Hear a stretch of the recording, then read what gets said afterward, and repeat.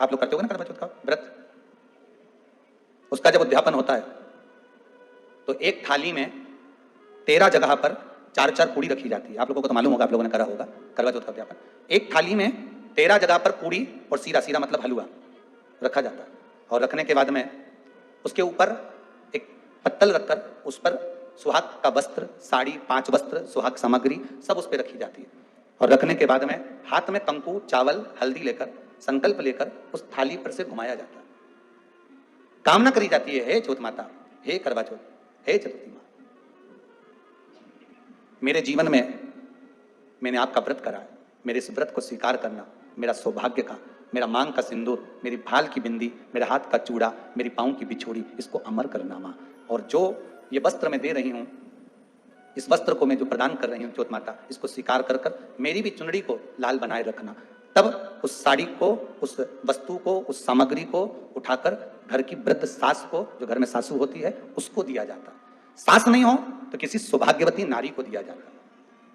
उसके बाद में आप फिर ब्राह्मणों का भोजन कराओ, बड़े प्रेम से बुलाओ और ब्राह्मण ब्राह्मणी का भोजन कराओ। अब आज के जमाने में जो करवा चौथ का उद्यापन होता है, उसमें जब समाज की माताएं उद्यापन करती है तो केवल स्त्री स्त्री को भोजन करा देती है, पुरुष को नहीं कराती। पर करवा चौथ के उद्यापन में लिखा है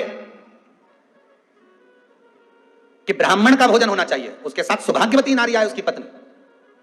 पर अपन ने तो सोचा कि चौथ माता का उद्यापन है तो केवल स्त्री स्त्री को खिला दो, उद्यापन का पूर्ण फल मिल जाएगा। नहीं, उसका सुख नहीं,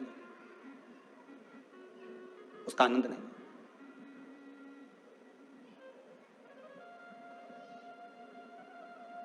और देने का भी फल है महाराज।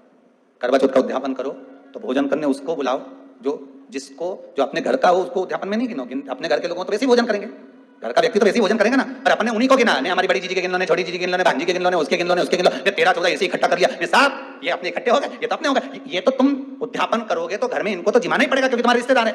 दूसरे को जिमा कर जब हम दान देते हैं, दान उसको लगता है जो दूसरे को दिया गया। कई लोग कहते हैं हमने बहन बेटी के दे दिया, तो बहन बेटी क्या दान लेती है? किस पुराण में लिखा है कि बहन बेटी दान लेती है? हमको वो भी बताना कि बहन बेटी दान लेती है, क्योंकि बेटी तो खुद कन्यादान में जाती है। बेटी का कन्यादान होता है, वस्तु का दान नहीं। बेटी खुद दान में दी जा रही है, कन्यादान में। बेटी कभी दान नहीं लेती महाराज, बहन बेटियां कभी दान नहीं लेंगी। और बहन बेटियों को कह भी देना चाहिए, अगर भाभी बोले कि हमने जीजी को दान है, दान मान नहीं ले रहा है, देना हो तो ठाट से हमारा हक दे रही हो, हम साल भर में आते हैं तो राखी पे साड़ी दे रही हो, ये हमारा हक है क्योंकि हमारे मकान में दे रही हो, हक दे रही हो, दान नहीं। दान देना है तो पंडित जी के दो, दान देना है तो ब्राह्मण को दो, गौ माता को दो।